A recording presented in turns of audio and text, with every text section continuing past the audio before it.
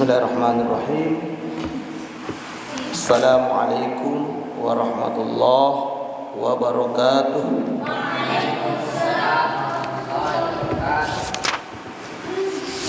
Alhamdulillahi rabbil alamin. Wa bihi nasta'inu ala umurid dunya waddin. Wassalatu wassalamu ala asyrafil anbiya'i wal mursalin, nabina wa habibina Muhammadin wa ala alihi wa ashabihi wa man tabi'ahum bi ihsanin ila yaumiddin.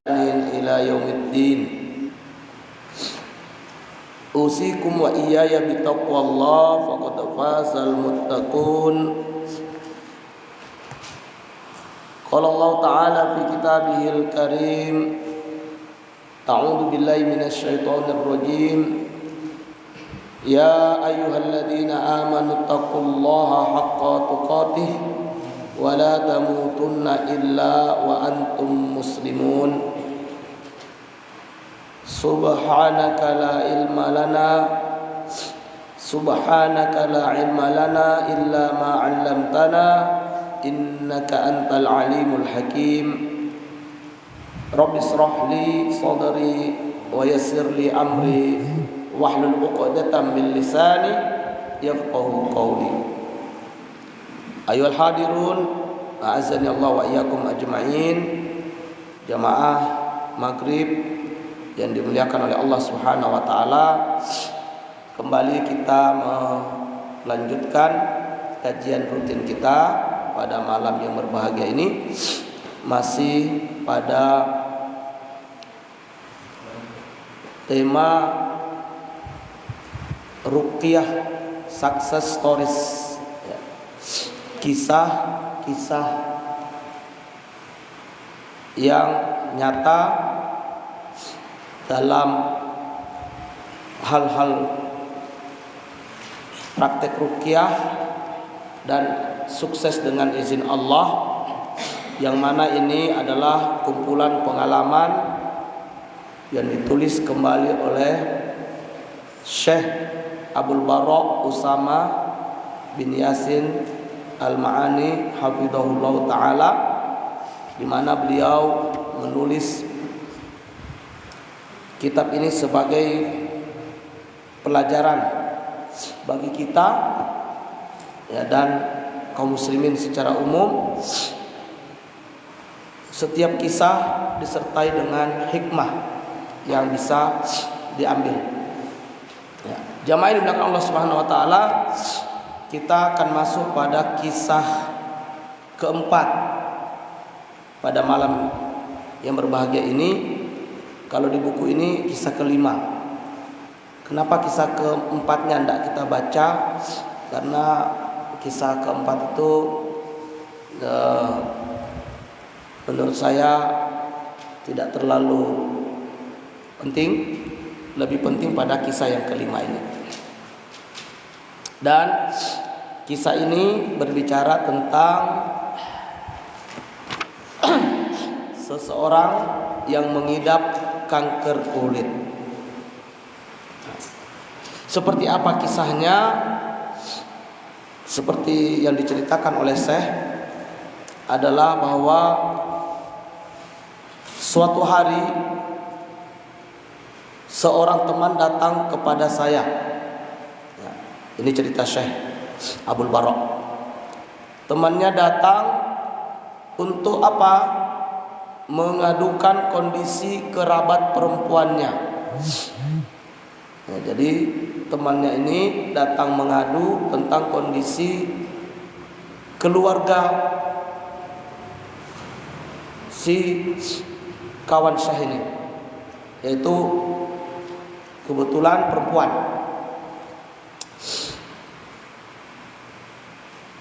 Teman saya ini berkata, kerabat saya ini pergi ke rumah sakit karena mengalami radang kulit. Namun ternyata hasil pemeriksaan medis menunjukkan bahwa dia mengidap kanker kulit. Ketika mengetahui hal ini, dia mengalami gangguan saraf dan tubuhnya melemah total. Nah, ini biasa terjadi pada orang yang sakit. Ketika dia sakit, dia cek ke dokter, kadang-kadang hasil diagnosa itu bisa membuat seseorang menjadi apa? Shock, menjadi kaget. Akhirnya apa? Menjadi tidak semangat lagi hidup karena penyakitnya terlalu berat, anggapannya demikian. Dan itu sebagai manusia hal yang wajar. Tetapi tidak boleh kita berputus asa daripada rahmat Allah. Orang beriman itu apa? La tayasu mir rohillah. Jangan pernah berputus asa dari rahmat Allah. Apapun yang terjadi, seberat apapun ujian, sebesar apapun permasalahan, yakinlah selama Allah masih ada bersama kita, semua akan ada solusi pada akhirnya. Nah, jadi kerabat wanita tadi yang diceritakan oleh keluarganya kepada Syekh, setelah diagnosa ke dokter, yang tadinya dia menganggap cuma sekedar radang kulit, ternyata penyakitnya adalah apa? Kanker kulit. Nah, ini cukup membuat shock. Nah, Syekh kemudian setelah mendengarkan cerita kawannya ini, Syekh memberikan nasihat sebagai upaya untuk menenangkan kekhawatiran yang ada, dan menyarankan agar wanita tersebut mendekatkan diri kepada Allah Azza wa Jalla serta menjalani terapi ruqyah syar'iyyah. Nah, dokter tetap berjalan, ya. Menambah dengan terapi lain juga tidak mengapa. Apalagi kalau itu terkait dengan ruqyah, maka boleh. Penyakit medis di ruqyah boleh, ya. Penyakit fisik di ruqyah bagus, ya. Jadi ruqyah tidak sekedar untuk gangguan jin dan sihir serta ain semata. Penyakit fisik, ya, penyakit mental itu boleh di ruqyah, dan insya Allah kalau Allah mengizinkan bisa sembuh, ya. Nah, Syekh kemudian menasihati agar jangan terlalu khawatir, jangan berputus asa, ya, tenang. Lalu diperintahkan untuk mendekatkan diri pada Allah. Kemudian mengambil ikhtiar tambahan berupa ruqyah syar'iyyah. Saya melanjutkan kisahnya. Kami sepakat untuk membawa wanita tersebut dari Riyadh ke wilayah timur Arab Saudi. Beberapa hari kemudian wanita itu datang dalam kondisi yang sangat menyedihkan. Ya, mentalnya udah jatuh, semangatnya sudah betul-betul drop, ya. Nah, tapi tetap mau juga. Nah, ini sesakit apapun kita jangan putus asa, ya. Walaupun kondisi sudah lemah, tapi tetap harus ada keyakinan kepada Allah. Nah, ketika diajak berpindah tempat sebagai upaya untuk membangun healing yang lebih baik, ya, dipindahkan dari tempat kampung awal ke tempat yang lain agar lebih maksimal suasana dan maksimal terapinya, ya, ini boleh dilakukan, ya. Maka kemudian saya melanjutkan, saya mulai membangun keyakinan dalam dirinya, mengingatkannya akan Allah Subhanahu wa ta'ala dan rahmatnya. Saya memintanya untuk tinggal selama 1 pekan. Saya pun memulai proses pengobatan, membaca ruqyah syar'iyyah padanya beberapa hari dalam sepekan sesuai kesanggupan dan kemampuan. Jadi setelah dibawa ke tempat kota lain dari Riyadh, tadinya di Riyadh, dibawa ke arah timur Saudi. Nah, di sana kemudian diterapi selama sepekan, diruqyah berhari-hari. Ya, beberapa hari selama sepekan itu diruqyah. Setelah 1 minggu berlalu, saya melihat bahwa kondisi mentalnya jauh lebih baik dan hatinya dipenuhi dengan keterikatan kepada Allah Subhanahu wa taala. Berharap agar dia Allah memberikan kesembuhan dan menyerahkan segala urusannya kepadanya. Wanita tersebut kembali ke Riyadh. Setelah sepekan proses pengobatan, ya, ruqyah, nasihat, pola makan, ya, ini harus dipadukan semua. Ternyata kondisi mental si wanita yang sakit ini membaik. Yang tadinya drop, yang tadinya sudah tidak semangat, yang tadinya sudah hampir putus asa, tiba-tiba sudah kemudian mengalami perbaikan. Hubungannya dengan Allah pun membaik, ya, semakin dekat dengan Allah. Tawakalnya semakin bagus, sehingga harapan sembuh semakin besar. Artinya apa? Ketergantungannya kepada Allah sudah sangat memuncak.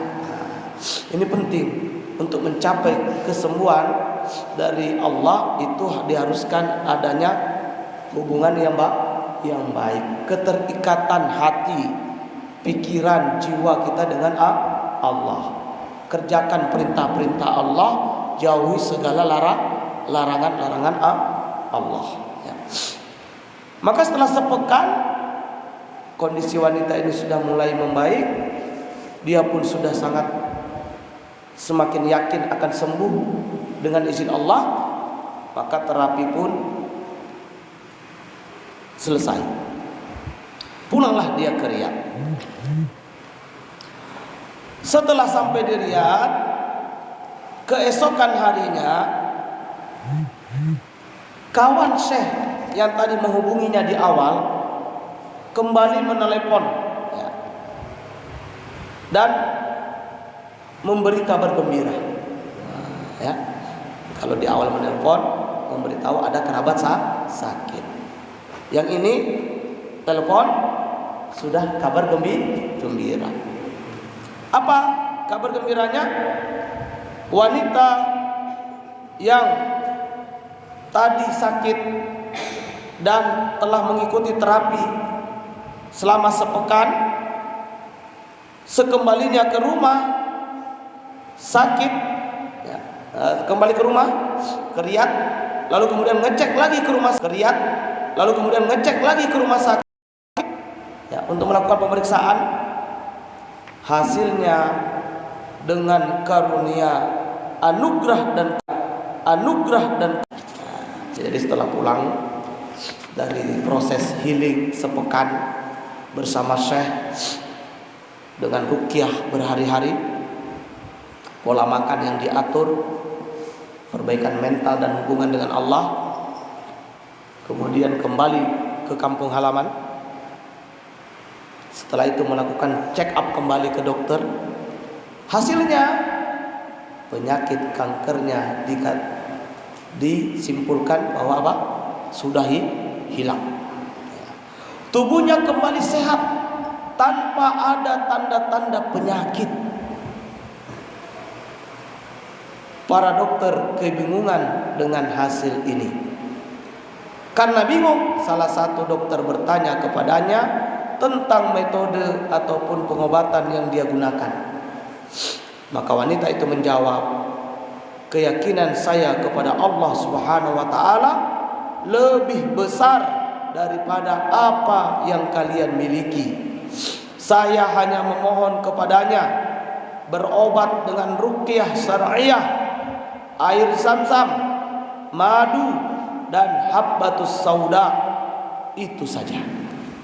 Nah, ini jadi wanitanya ditanya nih oleh dokter, ini kamu udah sembuh nih, setelah kami cek lagi nggak ada lagi kankernya, kemarin kanker kulit.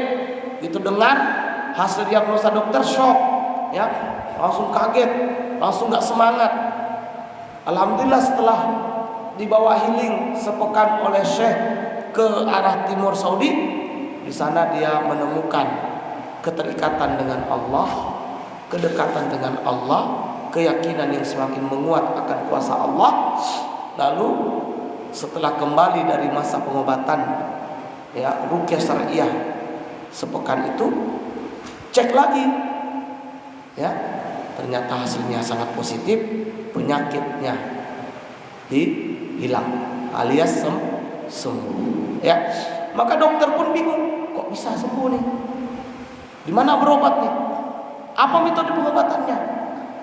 Lalu wanita itu menjelaskan bahwa saya memiliki keyakinan, memiliki, ya, ketawakalan yang sangat besar kepada Allah, ya, melebihi keyakinan yang dimiliki oleh para dokter akan kesembuhannya tadi, ya kan? Lalu beliau tidak lupa juga menjadikan sarana berupa apa? Konsumsi air zam-zam. Karena air zam-zam ini air yang penuh berkah. Kata Nabi, air zam-zam itu sesuai niat yang meminumnya. Kalau niat untuk mengobati dari penyakit, maka akan jadi kesembuhan. Kalau niat diminum untuk kenyang, maka akan kenyang yang meminumnya. Kalau diniatkan untuk membuat orang yang meminumnya mudah menerima pelajaran, insya Allah akan membuat dia mudah menerima pelajaran. Air zam-zam tergantung niat orang yang meminumnya. Nah, kemudian ditambah juga dengan madu. Kita tahu madu pada pembahasan sebelumnya bahwa madu itu adalah apa? Syifa, kesembuhan, penawar bagi manusia sebagaimana yang difirmankan Allah dalam surat An-Nahl. Yakhruju min butuniha syarabun mukhtalifun alwanuh.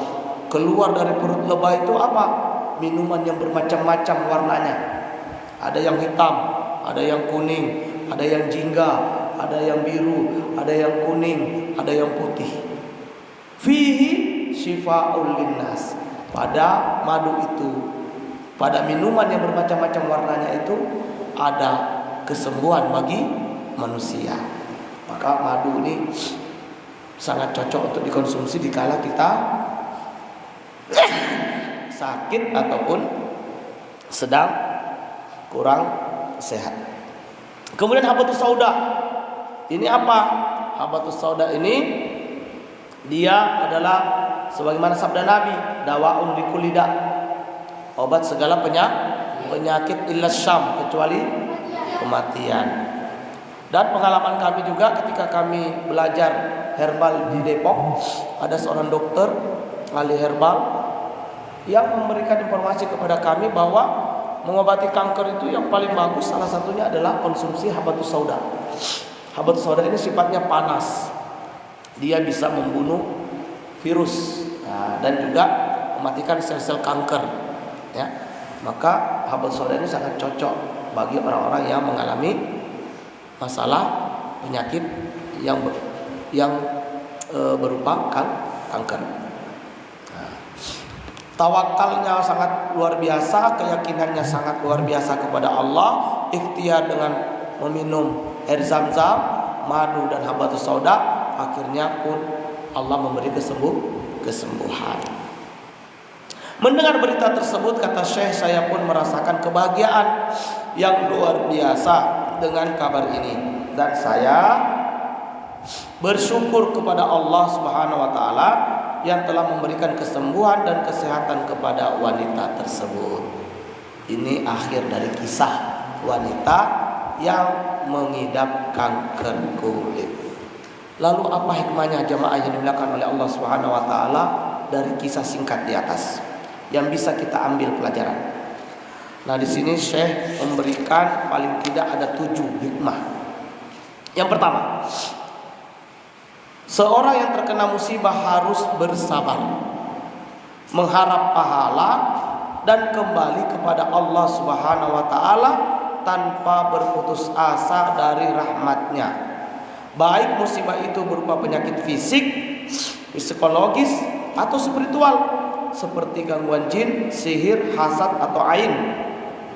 Dan hendaklah ia meyakini dengan pasti bahwa kesembuhan pada awal dan akhirnya hanya datang dari Allah Azza wa Jalla. Ini yang pertama. Harus apa? Sabar ketika diuji. Sabar dalam musibah. Kan sabar itu ada 3. Pertama, sabar dalam taat.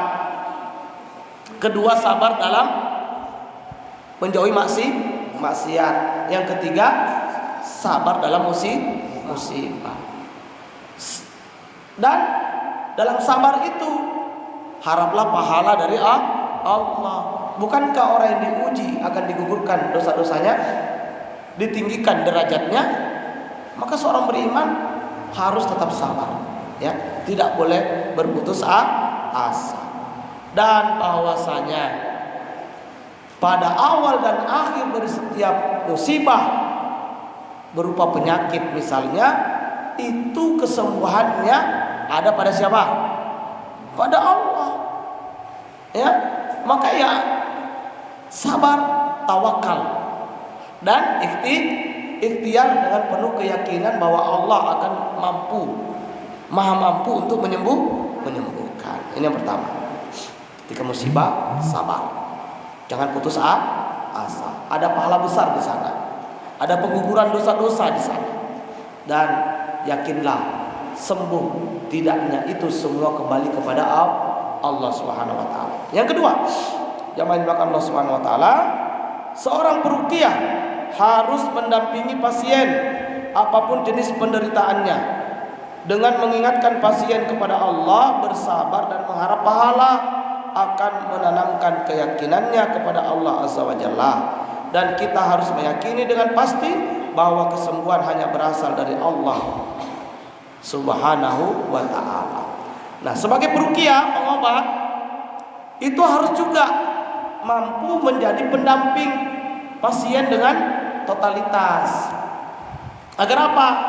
Agar pasien memiliki semangat untuk mendapatkan kesembuhan. Jadi jangan juga peruqyah ini cuma setengah-setengah dalam membantu. Harus totalitas. Niat membantu sampai pasien ini benar-benar mendapatkan kesembuhan atau Allah menakdirkan yang lain, begitu. Ya. Tentu di sini atas persetujuan pasien itu juga. Ya, karena peruqyahnya pun mau membantu, kalau pasiennya tidak mau ya sama aja, nggak bisa juga. Makanya perlu kerjasama yang baik antara yang berobat dan yang mengobati. Yang ketiga, jamaah yang dimuliakan Allah Subhanahu wa taala, hikmah yang bisa kita ambil adalah jika hasil pemeriksaan medis menunjukkan bahwa pasien menderita penyakit fisik, maka hal ini mengharuskan pasien untuk menggabungkan antara upaya medis yang bersifat fisik melalui berobat ke rumah sakit dan berkonsultasi dengan dokter spesialis, juga dengan metode pengobatan yang sesuai syariat melalui ruqyah syar'iyyah dan pengobatan syar'i lain yang diajarkan dalam sunnah Nabi yang mulia. Artinya apa? Kolaborasi antara pengobatan medis dan pengobatan ala Nabi itu tetap dilakukan. Jangan dibenturkan. Udah Bu, udah Pak, Bapak udah saya obatin aja, gak usah lagi ke dokter. Oh, itu juga salah. Kalau memang penyakitnya medis, fisik, ya tetap konsultasi dengan dokter yang ahli. Ya, agar apa? Agar penanganannya maksimal, tepat. Menggabungkan dengan ruqyah syar'iyyah boleh, lebih bagus. Dari sisi fisik tetap terobati, sisi mental spiritual juga terjaga. Akhirnya kedua-duanya mendapatkan apa? Terapi yang maksimal. Harapan sembuhnya tentu lebih besar. Begitu. Jadi kalau Anda sakit medis misalnya, berobat dokter. Lalu Anda pengen ruqyah, boleh, bahkan bagus. Ya, jalan berdua-dua, jalan bersamaan. Ya, namanya kolaborasi. Itu akan lebih maksimal. Nah, jangan justru dipertentangkan. Yang dokter bilang nggak usah berobat lain. Apa tuh ruqyah? Ya, cukup minum obat saja. Itu juga tidak boleh. Ya, ruqyah juga nggak boleh. Nggak usah ke dokter. Cukup ruqyah saja. Ya, tidak boleh. Saling berkolaborasi. Alhamdulillah kita di Aceh, ya, dokter-dokter kita juga sangat mendukung pengobatan ala Nabi berupa ruqyah syariah ini, ya. Yang keempat, hikmahnya adalah terapis yang menerapkan ruqyah syariah tidak diperbolehkan menghentikan proses pengobatan medis dalam keadaan apapun. Ia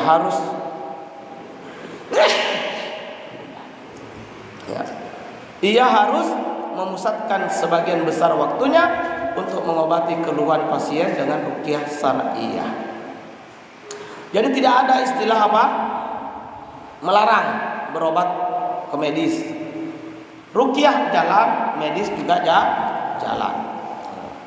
Dua-duanya berjalan supaya hasil lebih maksimal dengan izin Allah. Yang kelima, hikmah yang bisa kita ambil jamaah yang dilakukan oleh Allah Subhanahu wa taala apa?